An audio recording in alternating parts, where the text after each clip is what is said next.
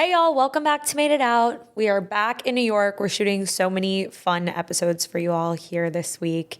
And I'm so happy about today's guest. I'm so inspired by her and grateful that she took the time to come and hang out with me. It's the CEO of GLAAD, Sarah Kate Ellis. And she has a crazy story about how her and her wife were pregnant at the same time. So we're talking about the IVF process, them being pregnant at the same time, and then having two newborn babies and how that led her to the incredible, important work that she does now. So excited for you to hear this episode. Okay, so this might be a very niche problem to have, but ever since I've been with Mathilde, I have a lot of anxiety about her falling asleep first. And when she does, I'm up for hours. And we all know that we shouldn't be watching TV when this happens. So I have found the perfect late night companion. It's Dipsea Audio app. They have so many spicy, sexy stories to immerse yourself in. And right now, listeners of our show can get in on a 30-day extended trial. Just go to dipseastories.com/made to start your free trial.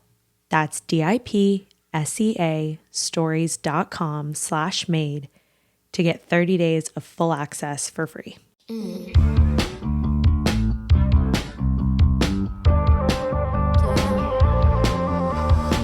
Sarah Kate. Hi. Finally. I mean, we've only been talking about this for a year. We've been at dinners, award shows, happy hours. Every time we're like, when are we going to do this? I know. And here we are, New York. New York. And you were just telling me that this is your neighborhood. Well, it used to be your neighbor, you and your wife's neighborhood. Yes. And that's kind of what I want to talk to you about today, your wife, your journey to have your kids. So let's start with how you met your wife and what y'all were doing in this neighborhood. So just for context, we're in Chelsea meatpacking area, West Village, where it all intersects. And I wasn't out until I really came to New York, moved back to New York. And so I showed up in New York and I first went to the Stonewall Inn because I knew it was like the only queer place. And I met a gay guy there who was like, oh, you need to go to Henrietta Hudson's. Like, you didn't have a phone. You couldn't Google things. There was no internet. So you didn't really know about where to find your community. And he actually took me over to Henrietta's. And then I met a big group of friends that I'm still very close with today in Henrietta's. And we were all just really excited that we were these young lesbian women who had these great ambitious careers that we were building. And we all found each other.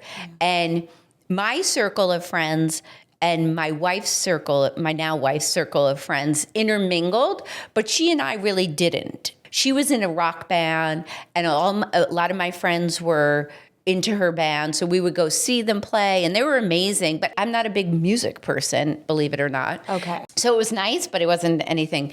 And you weren't like a groupie. No, not even close, but she didn't really like my flavor. I didn't really like her flavor. Like, we just definitely had a rub in the beginning. And then about 5 years later, she had been on tour for a number of years, was coming off tour to do an album.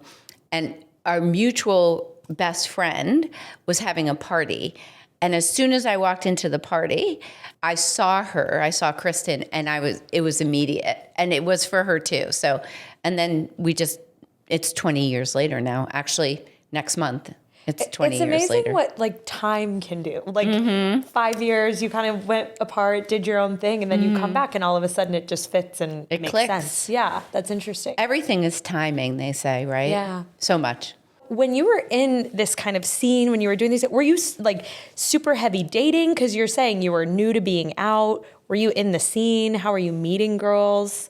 What was that like? So when I was going through high school and my girlfriends, my friends that are girls, were into boys and were boy crazy, it just I didn't understand it. Like, it literally didn't make sense to me. I don't even know how to describe it. And then on the other side of it, when I finally did come out, And I was like, oh, this is what they were experiencing. Like they wanted to go on dates and they wanted to go on and do this. So I felt like I was in high school in my early 20s. And I was non-committal. I just wanted to date. I was making up for lost time. And I was not going to, piss this time away again. So I didn't even know I was gay in high school. And then when I realized that I was gay and I was in my early 20s, I was like, I am here for a good time, not a long time. And so as you know, in the lesbian community, you make out with somebody and they want to move in. And I was like, oh no.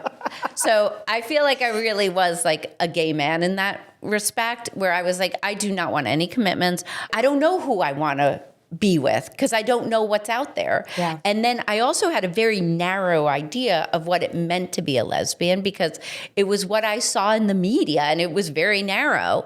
And then all of a sudden I happened upon this community that was so diverse. And I thought, oh my God, like you can look all different ways and you can be all different places and have different ideas. And it was such a narrow view of what it meant to be a lesbian that my mind was exploding and I was just going with it. Yeah. And so as soon as I saw Kristen, I was like, oh, here's who I want.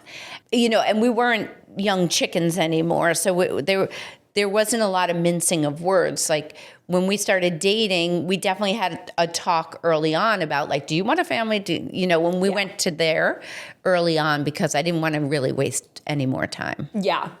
What was the state of the world as far as like lesbians creating a family back then? Like were the options the same? This is going to show, I guess, my miseducation, but it was newer. There were definitely people before us who had paved the way, but not a ton. Yeah. There wasn't a lot of information. Like what I was told was you go to RMA, which is Reproductive Medical Associates in New York, and that's where you get it done. Here are 3 banks, and you shop in these 3 banks. Donor banks. And there wasn't a ton. It was just starting to really blossom in terms of creating families for our community, within our community. But there were quite a few people that came before us that modeled that. Yeah.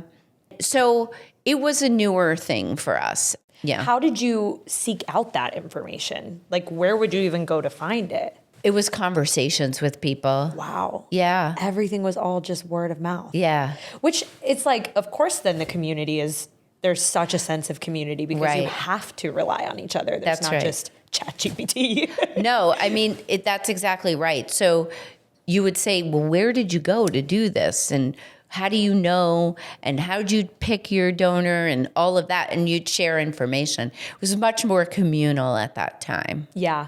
Were there a lot of people or any people doing the known donor situations? I mean, I'm sure there were, but like that you knew of? No. That's not at that time. Interesting. It seemed to be a couple of years after us, it seemed to be much more popular, like a thing that people could start wrapping their head around. I think for our generation, it was a lot more about protection because we didn't have rights. We couldn't get married. We couldn't legalize our families.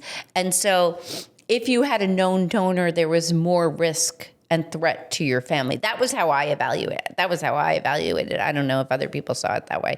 And I don't know how it is today, to be honest with you. But if there is a guy in the picture, he's automatically on the birth certificate, even if he's not the father, like the donor. So if there was a guy in the picture, like a real person versus coming through a bank, it felt more threatening, I think, to families that couldn't really protect themselves. That makes so much sense. What were the fears around, did you have any around using an unknown or a sperm bank? So many. I mean, really, the world of the unknown, it's an unregulated industry, completely unregulated. You're counting on, the best outcome possible. And as one friend said to me, she was like, who is a parent, she said, you are going to sit there in front of the computer and try and shake out the perfect donor and think through and so many different aspects and worry. And the second that you're pregnant, you're not even going to look back. Wow. Because that's the end goal, is to create your family, right? Right. So what did that journey look like for you? And also, where did the marriage fit into this kind of storyline? Like, when could you get married? So Kristen and I started trying in 2008. Okay. We were in New York, and there was no marriage federally, obviously. So we did get a domestic partnership in New York, which meant that literally in the print it says that if one of us owned a hot dog cart in New York City and the other one died, they could take it over. That was what a domestic partnership did. Oh, so, God. I mean, maybe there were a few other things. I have no idea. But my work, I was working at Time Inc., which no longer exists, which is where Real Simple and In Style would recognize her as my partner for health insurance. Okay. So that's why we ended up doing it. And we wanted to layer as many protections in as possible before we started a family. So we started trying. I wasn't getting pregnant. And then we finally tried again. I mean, I was trying for months and months and months and months and months. And you'd run up to RMA, which was on like 60th and Madison around there. I spent all my time up there. And I finally got pregnant. And then I think it was like 11 weeks in, I miscarried. It literally was devastating for us. More devastating for her, but she's an artist. And so I was like, you didn't miscarry. I did, actually. She couldn't get out of bed. Aww. I was going to work. I was like, an artist. And we got a puppy. We bought a puppy as a Band-Aid, Tucker. And then we both decided she had been also touring quite a bit, and she'd come off tour. And I said, look, we have 2 ovens. We want 1 bun. Let's both give this a shot. And more or less the first time we both tried, we both got pregnant. So I was doing IVF for the first time, and she was doing IUI. Okay. And it hit, which was very exciting to Kristen and not to me. I was like, what? No. The idea was 1. Let's just start with 1. But she was like, I want 20. And she goes from like rock star to Italian grandmother in like a minute or less. And so then we were both pregnant. Our families were beside themselves. So we weren't married because you couldn't be married. But in Connecticut, right towards the end of our pregnancies, it became legal. She had a van for her band, and so we were all getting both of our families in this van. We were driving up to Connecticut. We were going to get married. We were 9 months pregnant, and her water broke. No! Oh my God! Yeah, so we couldn't get pregnant that weekend. Oh, you couldn't get married that weekend? We didn't get married that weekend. Oh, wait, did I say pregnant? Pregnant, yeah. But I got it. Or pregnant. No, we couldn't. We didn't get married that weekend, but we did think about sending our best friend as her with me. Oh, my God. This is insane. Because they kind of look the same. They have the same hair color. I was like, I can marry you through Liz. But we didn't do that. But okay, so was the timing super important? Like, would it have changed if you would have gotten married before the kids versus after? Like, would it change birth certificates or anything, or was just you just wanted it to be? Our understanding at that time was that if we got married before, that I could have gone on the birth certificate, or vice versa. Whoever gave birth first could have gone on. I don't know if that was the case, but I think like I said, when you're queer, you always just want to layer in the protections because everyone's trying to always unravel your protections and your equality. So I think we were just looking to layer it in. Yeah, of course. Yeah. I know I've told you this before, but Mathilde is absolutely insane. And when we first got together, she was like, I think we should be pregnant at the same time. And not only that, but she wants me to carry twins and she wanted to carry 1. So 3 kids at one time. Wow. So the reason why we're doing this episode today is so that you can tell her that she's fucking nuts. She's fucking nuts. I'm here to tell her. Well, I will say this. Okay, this might be a very niche problem, but ever since I've been with Mathilde, I have a really hard time sleeping at night because I'm afraid and anxious that she's going to fall asleep first. And then when she does, I'm up for hours and hours and hours. But I have found the perfect late night companion. It's Dipsea Audio app. It is filled with audiobooks, spicy, sexy stories to fully immerse yourself in. A lot of them are sapphic, which is great. It's also a female-founded app, so it's created through the female lens for the female gaze. And right now, our listeners are getting a 30-day extended free trial. If you go to dipseastories.com/made, you can start your free trial. That's DIPSEA stories.com/made for 30 days of full access for free. Visit dipseastories.com/made. So when we first checked our bellies when we were pregnant, I had twins and she had a singleton. So first I found out I had twins and she was like, what if I have twins? And I was like, I'm running for the friggin' hills if you have twins too. I said, this is a lot. She's like, we'll get a minivan. I mean, she was all in. And I was like, scared to death. So what they call them disappearing twins. Sometimes they just kind of like fade off or something. Oh, so wow. At first I had two and then just one.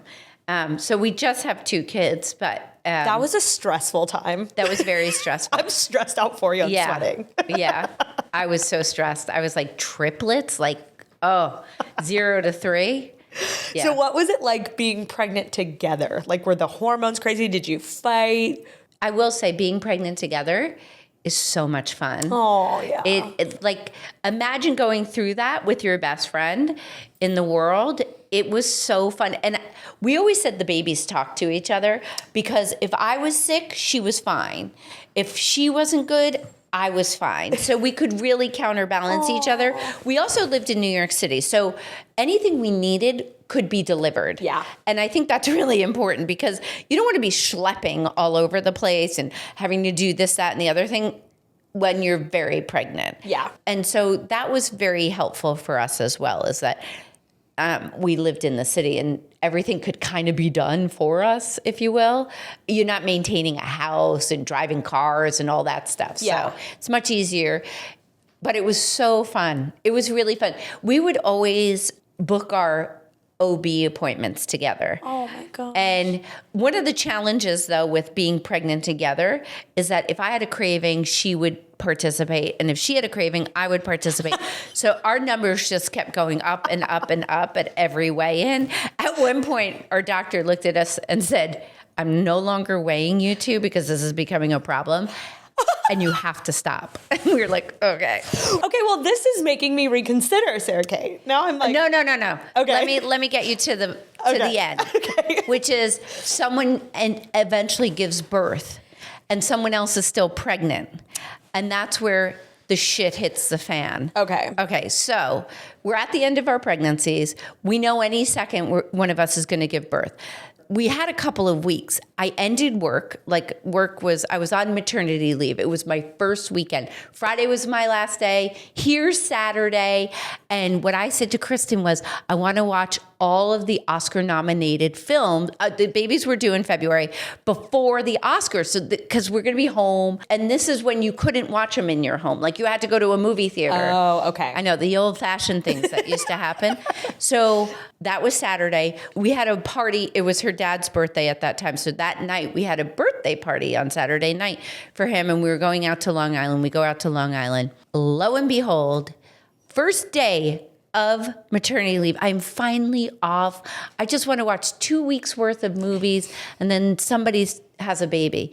One of us, either of us, her water breaks. Oh, God. Now, at the same time, my doctor has said that they had scheduled a C-section for me because my baby was transverse, which means that she was laying the wrong way. Okay. And I was like, oh, I really wanted to do a vaginal birth. And so I went to an acupuncturist who can't do needles when you're pregnant, but did do some like big cigar looking thing. And they twirl it around your toe and it's supposed to change the baby's. Did it work? Well, so we're out on Long Island. Kristen's water is broken. Our best friend has moved back from LA for this month to help us through this. We have a doula. You know, you have to plan when you're both pregnant. You can't just like wing it. Liz is with us out on Long Island. Her water breaks. And I was like, our doctor is in Manhattan at NYU. So I said, all right, let's go to NYU and you've got to get tested. So we called the doctor. They said, come in. Now I have to drive because Lizzie's a terrible driver. I'm 9 months pregnant. Kristen's water is broken. I'm driving. I'm in the Midtown Tunnel, driving through them. I hate tunnels. I just hate them. Like driving through them, it freaks me out. And all of a sudden, my belly, it looks like an alien is in my stomach. And it's like arms and legs and I don't know what's happening. And I was like, oh my God, the baby's moving. So we get to the hospital and they're like, which one's water broke? And we're like, Kristen. And I said, but I think the baby moved in my belly. They're like, first we're testing Kristen, then we'll give you a sonogram. So they tested her water broke. They looked at me and they were like, she's in position. Wow. So I could cancel my cesarean. So then I spent the entire night and day helping Kristen deliver. Our doula came and both our families were there and all of that. But then she gave birth. Okay, so now it's like, I don't know, 24 hours that I'm there with her, 9 months pregnant. Yeah. She gives birth. And then I stay, of course. And we have an apartment not far from NYU. I leave with Lizzie to go back to the apartment. I'm so tired. I go back and I'm like 9 months pregnant. And I'm leaving now my wife and my son in the hospital. And I'm going home after 24 hours of coaching someone through giving birth. And I'm still pregnant. And that's a weird feeling. It's a really strange feeling. And then when she came home a few days later, which, by the way, we tried to delay as much as possible, but they really call you on your shit. They say, we're like, she doesn't feel strong. And they're like, well, then we're going to have to do a blood transfusion. We're like, okay, we're kidding. Just kidding. Any way possible to keep the help coming. So she comes home. I pick her up in the car because you need a car seat in the snow, 9 months pregnant. And I pick her up and our son, and I take them home. And now, here we are in our apartment. I'm 9 months pregnant, and there's a newborn, and she's blown to smithereens because she just gave birth. Yeah. And we're like, oh my God, we didn't really think this through. Yeah. Who's helping who here? Yeah. And at night, I need to sleep in case I go into labor, and she needs help with the baby, and I can't really help. So then we called a night nurse. Yeah. And I was like, we need help. Yeah. Pronto. So we have a really small apartment in Manhattan. And the first night, her name's Jen, the night nurse came. All of a sudden, it turns out she snores. I was like, oh my God, Kristen, meet me in the bathroom. So we go into the bathroom because it's the only place we could have privacy. And I was like, we had a place out on Long Island. I said, tomorrow we have to call in the troops. We have to move out to Long Island for the long haul, and I'll just come in when we need to. So the next morning, we literally had her sister and our other friend come, and we packed up 3 cars and we went out to Long Island. Did Jen come with, or did you get rid of Jen? No, Jen came with. She was wonderful. I thought you kicked Jen to the curb. She just was a big snorer. Yeah. So no one slept the first night, myself or Kristen. So how long were you in Long Island before your water broke? So my water never broke. I was in Long Island for 3 weeks, and everybody called every day saying, you're still here. Even the nurse would see me in the hall, our night nurse, and she was like, oh my God, you're still here? And I was like, oh. One time I just broke down in tears. I think this is mind over matter. So Kristen's sister, Kathy, takes me into the city for my appointment because Kristen's still taking care of the baby. And we just figured it would be a routine appointment. And so we go in and the doctor says, your gig is up. We're inducing you. Wow. And I was like, are you sure you want to do that? And she's like, you're 3 weeks now. So they put the little heart monitor on my belly before they induce you. And she says to me, do you feel that? And I said, feel what? She said, you're in labor. I swear to this day that until they said, like, once you see a baby being delivered and you're 8, 9 months pregnant, you're not going to let that happen to you. Oh. Self-preservation here, people. So Oh my God.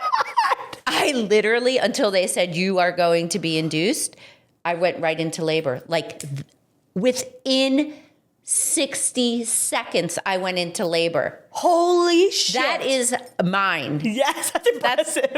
I was like, that is will. Well, you know what's so crazy is that is what Matilde says. She helped a friend give birth and she was like, I can't do it. That's why she like is really backing off on carrying because she's scared now. I don't blame her. Oh my God. But it is pretty amazing. So, I mean, I had no choice in the end.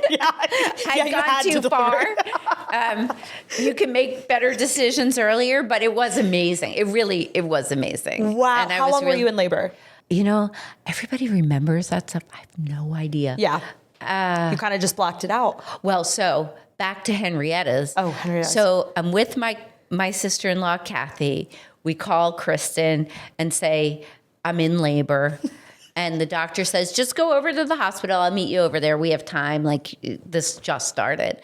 So I look at Kathy and I was like, can we go to Henrietta's and have a drink? Shut up. We didn't go. We didn't go. Of course, I'm not going to drink. But I was just like, it felt like desperate. You're like, what's it going to do? One drink. Who cares? Just let's go to Hank's and throw one back. And then I was like, can we go out to lunch? She's like, I am not going anywhere with you. I'm taking you to the hospital. Like, you're in labor. So I ate in the cafeteria. You nut job. That is hilarious. I know. I just... So then you have a baby girl. Yes. Yes. And now you have 2 babies. Like 3 weeks apart. So there's so many little stories along the way. And one of them is I say to Kristen, because she's the artist and I'm sort of more the business person, if you will. I say to her the whole time that we're pregnant, you have to talk to the doctor about, what is it, postpartum. Postpartum, thank you. We can't be one woman down in this house. Like, we've got to be 2 up. Yeah, we don't have all time. the time. So I like say this to her a million times, and then I come home from the hospital, and we're both home now, and we've got the babies, and I'm sitting there, and it's my first day home, and all of a sudden, Wheel of Fortune comes on and Pat Sajak, and I start crying. Oh, no. Like I was like, what did I do? Who am I? I melted. Wow. Meanwhile, the whole time I was saying to her, you better get this handled. We can't handle this. And it was me, of course. It didn't last long, fortunately, really fortunately. It was just a big adjustment from working every day and being so physical and active to just sitting all the time. Yeah. It was a lot. But it was amazing. And it can be both things. It's like an identity. I don't want to call it a crisis, but kind of. You're just like, everything just changed. Well, and also I think it's interesting because I was 37. So my identity was really developed at that point as an adult. Yeah. And so to shift it, so I don't know if that plays into it at all, but I do wonder if it does. That is an interesting point. Like, I think about my parents and they had kids so young. Like, my parents had kids at 25. And so that's just the life that they know. That's versus like when we have kids, I'll probably be somewhere around 35. Matilde will be closer to 40. And it's like, that will be such an interesting life shift. 100%. More, I don't think we even talk about that because it's, at 20, 19, 25, even 26, it's sort of just the next thing that you do. Right. But that's a big gap. And there's a loss. Yeah. To freedom. Morning. Yeah. There's a freedom that you lose. There's so much that you gain. But it's okay if both happen. Yeah. So tell me about what you gain and then how you marry those 2 feelings. Yeah. That didn't last very long for me. But I think having a family as a queer woman that wanted one, but could never imagine one and never saw one. So I also think that possibility model wasn't even there. So I didn't even know what I was doing, if that makes any sense. And I think also one of the things that I did do was, at that time, I was working at Real Simple magazine, and the editor-in-chief there had asked us if we would let them follow us on our dual pregnancy journey. I reluctantly did it. I did it because I knew who the readers of Real Simple were at that time, and it was about 8 million women, and mostly in the middle of the country, who had never seen families like ours. Wow. And so I did it. And when I had the babies, I was like, what did I do? It's so personal and private for me. And it was so exposing at such a big level. So that really weighed on me as well. I mean, it's funny that I'm in the line of business that I'm in now. And obviously that was a catalyst to this. Wow. But it was a really vulnerable place to be as a new mother. Yeah. Exposing your family in such a big way. And I didn't like that at all. Wow. But I knew it was bigger than us. It wasn't about us, but it felt really personal, if that makes any sense. Yeah, totally. But I think the way that, for me too, it was such a joyous time in our lives. Like, our parents were all still alive. They were in and out of our house. The kids have grown up with their grandparents. It's just been a really amazing experience. Not to say it hasn't been hard. Raising kids is very difficult work, and it's grueling. And I know it's like everybody says it is literally the most rewarding thing I've ever done in my life, and the most fulfilling thing. My kids are 16 now. They're amazing. They are everything to us. And I love my family. We have so much fun together, and we grow together. It's a really cool thing. And you can design your family the way you want, because nobody's given you a roadmap to do it. Yeah, which is scary, but also fun. Freeing. Yeah, freeing. I like that. And I don't take for granted being able to have relationships and conversations like this, because I realize that I have something that you didn't. When you were my age, you probably didn't get to see these types of things and have these kinds of conversations. So it's so nice that we now can have a model and see that it can be that way, It's so cool. Yeah. And then it was unimaginable. So there's a rebellion too that you have. This was about us creating our family against the odds too. So that was and I'm rebellious by nature. Me too. Yeah. I love being a lesbian because of that. I feel like it's the ultimate form of rebellion. I agree. It's like the ultimate fuck the man. Fuck you. And so I find it so fun in that way. Well, I said to Kristen the other day, I said, could you imagine 50 years ago, two women living together, having their own house, having their own family, supporting themselves? It was unimaginable. Yeah. Even if you were just a single woman, you were ostracized from society. I mean, so many things. And I think us taking our own power is so just amazing. Yeah. Yeah. And it's so important. rebellious. Yeah. Rebellious and important, especially now. It's that's why I think the work that you're doing is so important, because we have to hold on to this, we have to make it so that our kids will be able to have whatever life that they want to have. That's right. Agreed.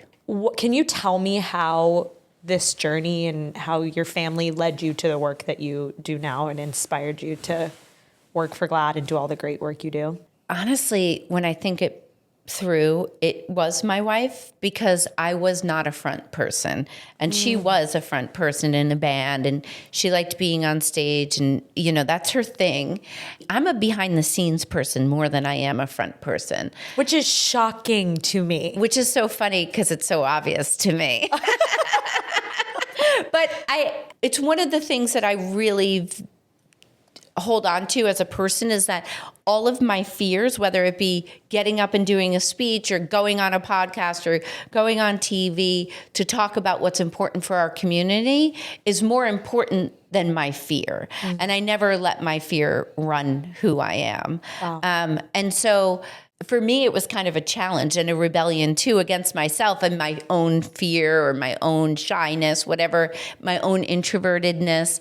Because I worked in media for 20 years, I always understood the power of media to transform society and culture. I used to go to the GLAAD Media Awards as part of Time Warner ages ago. Every now and then I'd be invited to go because I was the chair of our when ERGs were just starting, I was one of the chairs of our ERG at Time Inc. So I remember sitting in the room like we were a couple of weeks ago as a guest, and the president of GLAAD at that time speaking and thinking, I could do that. Wow. Yeah. I remember the moment I thought that. And I had no interest in, I wasn't looking for another thing. I just remember thinking that, and then I moved on in my life. But after the kids were born, and I did do that story for Real Simple, the writer the journalist on the story said, I really want you to talk to my book agent. I think he would love to do a book on this. And so we spoke to him and we were like, we really can't do it. But like, we have newborns. Yeah, we do have these 2 babies. And he was like, I'll write it up. My wife will write it up. She's an agent as well. We'll shop it around. And so they came back to us and they were like, here are the deals. Which one do you want? And we agreed to the deal, and then we wrote the book. And now Kristen was the bigger writer. She's a songwriter and a writer. I'm not really a writer. I would, on my BlackBerry, would write memories of what our pregnancies were like and what the process was. And I would send it to her, and then she would fluff it. And we did bring on a ghostwriter toward the end as well. But we published a book through Simon & Schuster. That was really interesting because right before that book was coming out, I had another panic attack about being so out there. So I called GLAAD and I said, we're about to do a book tour. Like, what do we do? And so they brought us in and then they gave us a whole training on like how to talk. And I said, well, what if people start yelling at us? And they really helped us through that. Wow. And then we started doing some stuff with them every now and then when marriage was starting to become a topic, they would say to us, like, will you do this interview? Will you do that interview? So they would, ask us to do things too, and we would do them. It was sort of ancillary, didn't think much of it. And then I wanted to leave the magazine business. I didn't know really what I wanted to do next. I knew I wanted to lead something meaningful. That's all I knew in my heart and soul. And then I got a call. So somebody that I formerly worked with at Time Warner had put my name in for this role. And they called me. And I was like, oh my gosh. So I talked to them and they were like, but this is going to take a long time. And I said, okay, I'm fine. Yeah. Whatever. And then they, 3 months later, they were like, we really want to move this much faster. So yeah, I got the job. So it is incredible how, I truly believe that the things that are meant to you will find you. They will come to you. I totally agree. And how you were like, I just know I want to do something meaningful. And you had that kind of in you. I feel like that attracts what I totally agree. Yeah, that's such a beautiful story. Yeah. I feel like I have to take the opportunity to ask you about the current climate and just whatever you want to share. And then also what can we do as just now media company owners, but also our audience who wants to be involved? What the fuck can we do? Okay. So here's the good news is that GLAAD was founded 40 years ago during a crisis, the AIDS crisis. And literally the government was letting gay men die and was completely ignoring the community. And the community came together and figured a way forward and has amassed power and has used that power for good. And so here we are in another crisis, but our community is very resilient. We're really smart. We're super strategic. and my money is on our community. When there is a breakdown, there is a breakthrough.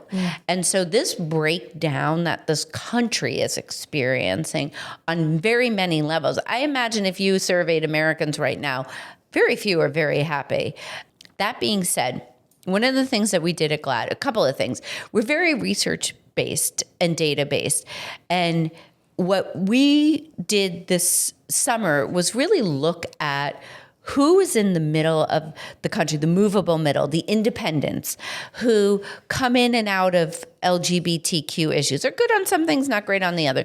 We really did a deeper dive into those folks to get a better understanding of who they are and how we could talk to them and how they can meet us and our families and our communities. Because we know that when you know somebody's story, you can't hate them. Yeah. So that's one thing. So we have a really good idea of who we need to be speaking to. The second piece of that is after the election, we did a deep dive into the media ecosystem. And this is where y'all come in and your listeners come in as well. What we found is that each week, the right-wing media reaches 100 million people. The progressive media reaches 30 million people. So we have a 70 million person a week gap. Wow. So if you look at how the election turned out, if you looked at how we lost the narrative, if you look at what's happening in this country right now, it lives in that 70 million person gap. So how do we close that gap? And platforms like yours are closing that gap. So sharing what you all are doing, expanding what you all are doing, and your listeners all have platforms too. Whether you reach 2 people on TikTok or 1 million on Instagram, you have an opportunity to introduce people to the LGBTQ community.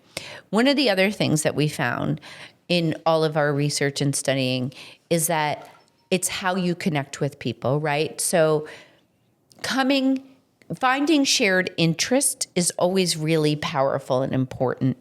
And then sharing your story. So you build the trust and then you open up. Yeah. And that is very powerful too. So everybody has the opportunity to, and if you're an ally, even bigger opportunity, because a lot of times you're in the room when we're not there.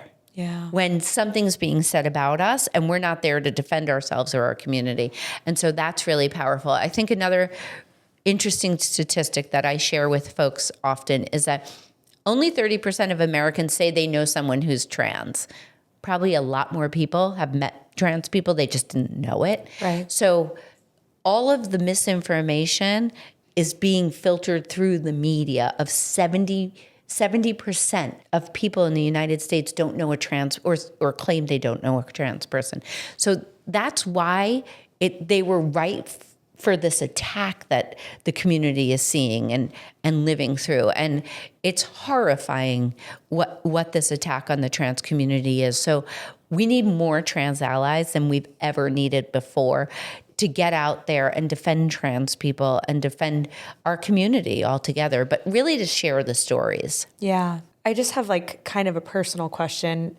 Is it scary for you? Do you get scared being so out there and part of this fight and exposed in a way? I don't care. Yeah. I mean, I'm rebellious. I think what I do care about are my kids, right? So I worry about my own safety as it relates to them. I don't want anything to happen to me because I want them to have 2 moms. Yeah. But no. I only ask because sometimes I feel like that's something that keeps people from moving in the right direction or doing the thing that's right. And so I was just curious to hear your I think it's really important right now to be strategic and try not to get caught in the crosshairs. I mean, you can't avoid it if they're going to come for you, but to avoid getting caught in the crosshairs, I keep saying to the team at GLAAD is if we become the story, the news story, then we're not focused on doing the work. Ah.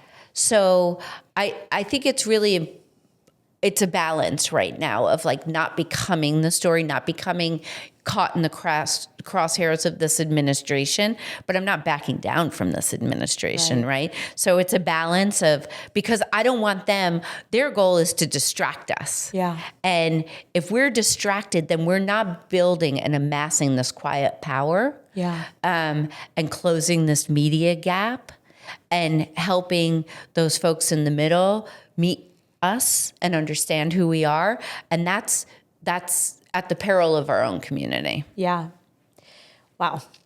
Thank you so much. I really can't express how grateful I am to you for coming and sitting down with me and talking to our audience and sharing your story, and just for all the work that you do. I have one more question for you. Yes. I ask everyone that sits on the couch, what are you working on in therapy? Personal development wise, did we tell her about this? Oh, so I don't do therapy, Yeah, it's fine. but Personal development wise. But I think I would love to. I just don't find the time for it. What I do is like I listen to a lot of podcasts that I find very helpful in organizing my thoughts and making me think about feeling empowered and processing whatever it is that I'm trying to get through. Yeah, same. Yeah. Glennon Doyle's podcast. I love theirs. I love Mel. Yeah. Robin. Oh my gosh, of course. Yeah. Yeah, she's great too. I like a lot of different things, but I find that is very nurturing for me. Yeah, I agree. I used to have a really long commute, and podcasts were my way of just like, and when I'm working out, it's, Yeah. So I agree. And I love reading. I'm reading books too. I'm really trying to read books. And I like it old fashioned. Like I like Paper. actually holding a book. Same. Yeah. What are you reading right now? It is called Middle Tide. So Barnes and Noble, I mean, if you go into a bookstore, imagine that. And by the way, not to plug GLAAD, but the LGBTQ section in bookstores, that was GLAAD. Wow. We insisted, yes. And not me personally, it was before my time. But it's amazing when you think of our 40-year history, the impact that the organization, well before me, had on the world for the LGBTQ community. The yellow pages, I mean, I know that's a thing of the past, that's ancient history, but there was LGBTQ yellow pages. Wow. Do you know what the yellow pages are? Like the phone book. Yes. Yeah. Okay, good. The section at Barnes & Noble. But I'm reading Middle Tide, and Barnes & Noble now does book recommendations. So I was in there just looking around, and the woman said, do you want me to make a recommendation? I said, yes. I want something that grabs me right up front, is not complicated because my life is complicated enough, and is a page turner. And she nailed it. Wow. Okay. Maybe I'll check it out. Yeah, it's fabulous. Amazing. We play a game. It's called You Haul or You Ghost. Just pretend that your wife isn't in the picture for a minute. Okay. We are back on the dating scene. Oh. She's perfect in every single way, except for this one quirk. She gets really hangry easily and is very vocal about it. I ghost. You ghost. I'm a ghoster. Full. Allergies, contacts, you name it, I ghost. You ghost. Wow. Yeah. Your wife has to be perfect. Perfect. No, she's not perfect at all. I mean, she's wonderfully flawed, as we both are, but I don't like any inconveniences. Yeah. Okay. I don't like anything that gets in the way of having a good time. That doesn't really shock me. Yeah. So when you were younger and you'd hook up, and then in the morning it was like, I need contact solution. And you're like, what? I just want breakfast. So You're out. I'm out. Okay, this doesn't cause inconveniences. It might just be a little annoying. She's always cracking her knuckles. Dinner, theater, funeral. Ghost. Ghost. Sarah Kate's a tough one. Tough cookie. Well, when you say U-Haul, you mean like you still get together. Yeah, full steam ahead. Yeah, see, I'm really a lesbian trapped in a gay man's body. I'm like here for a good time, not a long time. Yeah, okay. Yeah. I like that. This one I'm really curious about. You're talking, you're going to go on a date, you met on a dating app. She gives you a nickname before the first date. It really depends on the nickname. So if the nickname is like cutesy and baby, I'm ghosting. Okay. But if it's kind of hot and cool, then I'm What's a hot and cool? I don't know. Like maybe it's a spin on like an inside joke that you guys have been texting about. Yeah. That's kind of cool. Yeah. But if it's like babyish or, I don't do baby talk, any of that. Yeah, not my thing.